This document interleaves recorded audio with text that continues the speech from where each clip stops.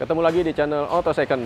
Kita masih melanjutkan membahas mengenai transmisi CVT yang nyaman dan minim perawatan, tapi juga memiliki banyak masalah sehingga memunculkan pertanyaan, kira-kira gimana sih cara bikin transmisi CVT ini awet dan bisa dipakai untuk jangka panjang.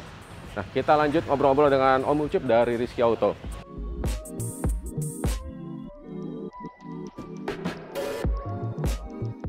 Ketemu lagi, Om. Sekarang ngelanjutin soal gimana caranya membuat transmisi CVT ini awet nih. Bisa dipakai untuk jangka panjang gitu kan. Nyaman, minim perawatan, tapi gimana caranya bisa awet ya. Awet gitu. Terutama pemakaian ya. Terutama pemakaian ya? Betul, pemakaian, terutama pemakaian ya, supaya awet transmisi CVT.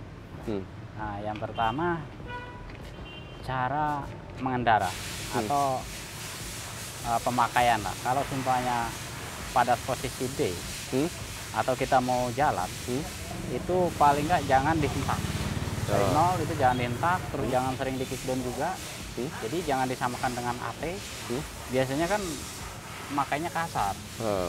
Jadi begitu dari 0 km itu gas kenceng itu kan lari dibikin. Nah, itu cara pemakaiannya. Kalau bisa jangan dibikin seperti itu, kita dibikin halus saja. Itu startnya tuh. Itu startnya. Kalau udah jalan? Kalau udah jalan ya biasa. Gitu kan. Biasa kita layangin pakai kendaraan biasa aja gitu kan.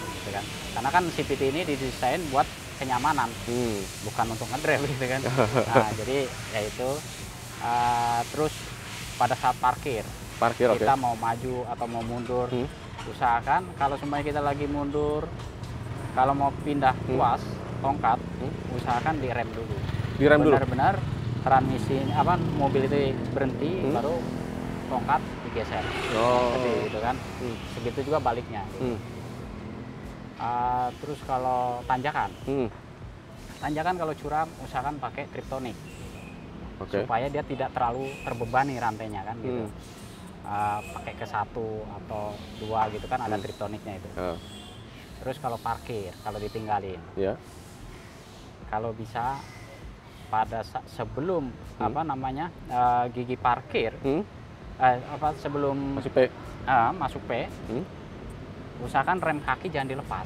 Rem kaki jangan lepas? Iya, masuk gigi parkir dulu, ya kan? Jangan dilepas dulu rem kaki. Begitu rem tangannya udah kita tarik, udah terkunci dengan rem tangan, baru rem kaki kita lepas. Biasanya kan nggak tahu. Jadi udah masuk gigi parkir, tapi rem tangan belum ditarik, dilepas dulu rem kakinya. Baru nanti dia kekunci. Jadi geser tongkatnya agak sulit. Sebetulnya itu tidak mempengaruhi ke dalam transmisi, tapi ke sistem penggerak tongkat. Biasanya kan copot gitu. Itu sih sebetulnya nggak harus ke CVT, ke AT juga bisa. Ya minimal seperti itu. Jadi ya jangan dikasarin lah secara pemakaian. Jadi ada kayak apa ya? Ada selektornya di dalam itu ya? Iya, ada kunciannya. Gitu. Ada kunciannya. Jadi kalau semuanya lagi nanjak, kita taruh ke parkir, rem tangan belum ditarik, udah dilepas rem kaki, nanti dia ngunci. Padahal yang ngunci bukan remnya, tapi giginya. Iya, giginya, jadi keras nantinya. Biasanya kalau udah keras itu narik tongkat, yang ada malah copot tongkatnya kan. Udah copot ya nggak bisa jalan lagi kan gitu. Memang masalahnya sepele, tapi kan sulit gitu. Kalau lagi di jalan harus bongkarin konsul box apa gitu. Nah, itu pemakaian. Kalau di lampu merah?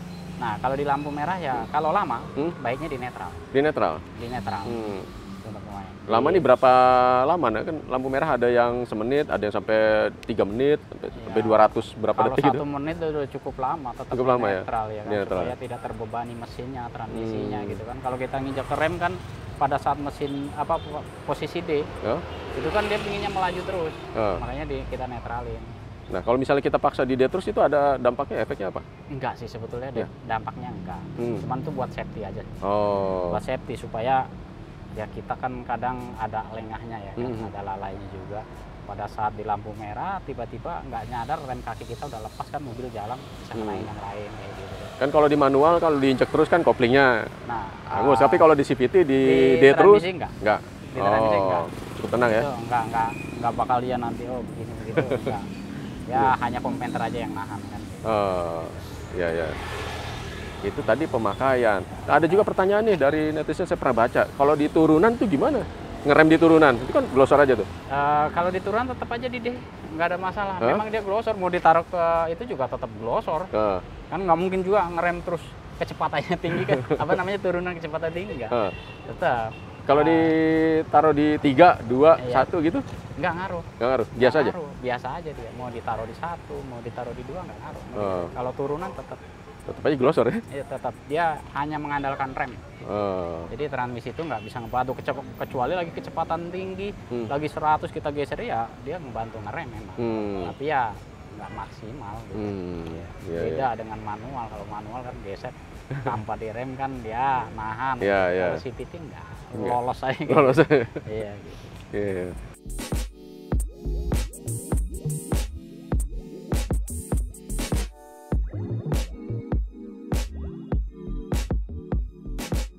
Itu tadi dari pemakaian. Ada lagi ya cara bikin supaya CVT ini awet? Nah, kalau itu perawatan ya. Itu perawatan. Kalau perawatan terutama jangan sampai ada bocor. Bocor? Ya, bocornya biasanya di mana? Nah, biasanya bocor kompenter. Di kolong itu? Ya, di kolong. Ya kan? Nah, yang paling bahaya ini oli cooler. Oli cooler ini bocor biasanya karena bahayanya begini. Dia bocornya pada saat tekanan tinggi, pada saat mesin hidup, pada saat lagi jalan gitu. Nah, kadang nggak tahu, lagi diem malah nggak tahu kalau itu ada bocor, karena dia nggak keluar olinya pada saat lagi mesin mati. Nah, kalau karter kan ketahuan lagi itu apa namanya, lagi parkir mepet, itu bocor oli lah. Ya, untuk bocor oli, terus sama rutinitas ganti oli lah. Rutinitas ganti oli. Iya. Itu kalau CVT, kalau seumpamanya kan mau plasing, susah kan ya. Hanya bengkel-bengkel tertentu aja yang bisa ya. Kalau di kita ya mau plasing atau mau kuras ya bisa, mau ganti aja bisa.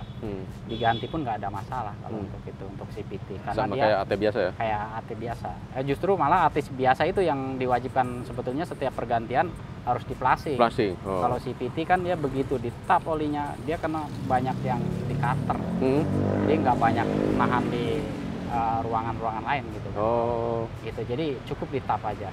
Terus olinya jangan salah. Oli CVT sama AT ini beda. Gitu kan, yang paling nggak yang paham lah gitu kan. Jangan sampai ada kena oli palsu, terus olinya harus speknya dia. Kalau CVT, kalau AT bebas.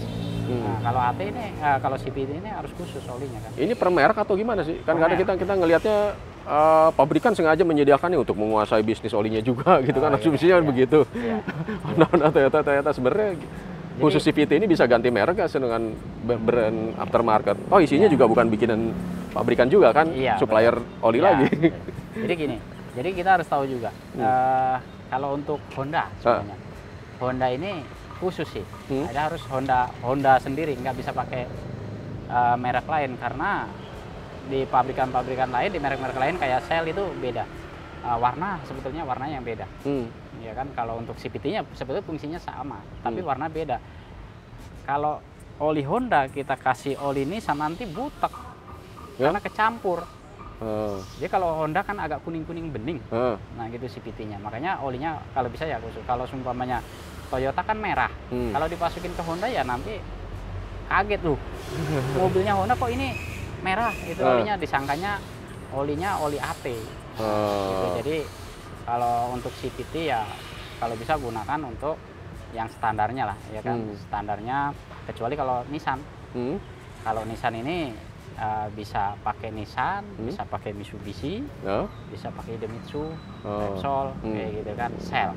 Ini Nissan, karena warnanya sama hijau. Gitu. Nah, kalau Honda, kalau Toyota bisa pakai merek lain juga sih, yang kayak Mobil One, Roma kayak gitu kan, yang warnanya sama sebetulnya. Tujuannya untuk mengidentifikasi aja warna itu? Iya, untuk mengidentifikasi, tapi untuk secara fungsinya sama. Secara fungsi nggak ada bedanya? Nggak ada bedanya, sama. Gitu. Jadi warna ini punya arti juga ya? Iya. Jadi gitu. kalau untuk Honda, nah, kalau misalnya warnanya dilihat berbeda, itu diasumsikan bahwa ini bermasalah, atau bengkel lain misalnya ngisinya oli yang nggak sesuai gitu? Ya, takutnya kan seperti itu. Nah, setelah ganti oli, padahal dengan sama-sama oli CVT, contoh Honda ya kan, Honda atau Honda Jazz gitu kan yang gampangnya, dikasih oli Mobil One CVT-nya kan merah ya kan, merah. Nanti pada saat masuk bengkel atau tiba-tiba mobil ini bermasalah, padahal bukan karena oli bermasalahnya, memang udah waktunya bermasalah. Dicek lu olinya merah, disangkanya malah nyalahin ke oli. Oli, kan, oh gitu. Jadi biar sesuai aja gitu kan. Jadi sesuaiin aja karena setiap transmisi punya warna beda-beda untuk CVT. Gitu. Tapi kalau AT sama, semuanya merah. Oh. Iya, makanya kalau CVT beda-beda. Beda-beda ya? Iya. Nah, kira-kira kisaran harganya berapa nih, Om? Transmisi CVT itu, yang murah sampai yang mahal itu? Kalau untuk jasa ya, kita untuk sejenis mobil-mobil kecil, itu 200.000 untuk jasanya. Kalau oli kan relatif, kan.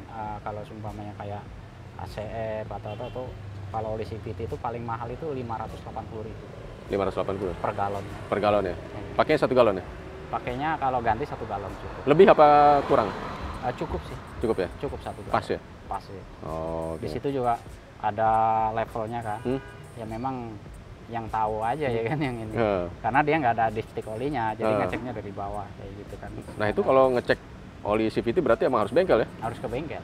Jadi kalau untuk pengguna kendaraan ya susah, harus ngolong-ngolong dulu. Jadi kita pemilik sebagai pemilik ya cuman berdasarkan indikator kilometer paling ya? Betul. Oh udah 20.000, udah 40.000 ya, gitu? Udah 20.000, 40. Nah kalau seumpamanya kita udah merawat, pemakaiannya udah benar, kalau masalah ya kita nggak tahu siapa yang salah ya kan.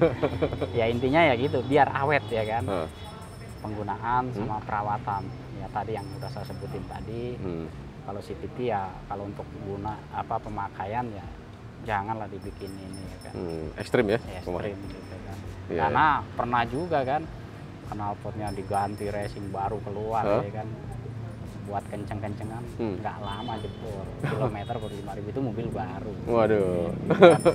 Jadi kan itu berarti kan cara penggunaan. Memang CVT ini nggak bisa dibikin secara seperti AT. Kalau AT mau dibikin gimana juga kuat. Lebih mudah ya? Ya ibaratnya lebih kuat gitu. Jadi membuat pemakai mobil CVT ini santun lah, sesuai dengan tuntunan pabrikan. Nggak bisa kayak dulu begitu keluar pabrik, keluar dealer langsung kita ganti segala macam. Kalau dibikin begitu ya mudah-mudahan awet lah ya kan. Nggak bakalan cepat rusak gitu saya rasa. Karena fungsinya juga sama sih. Gitu. Nah ini bagian yang bikin adem nih, yang bikin tenang. Ternyata CVT emang bisa dipakai untuk jangka panjang.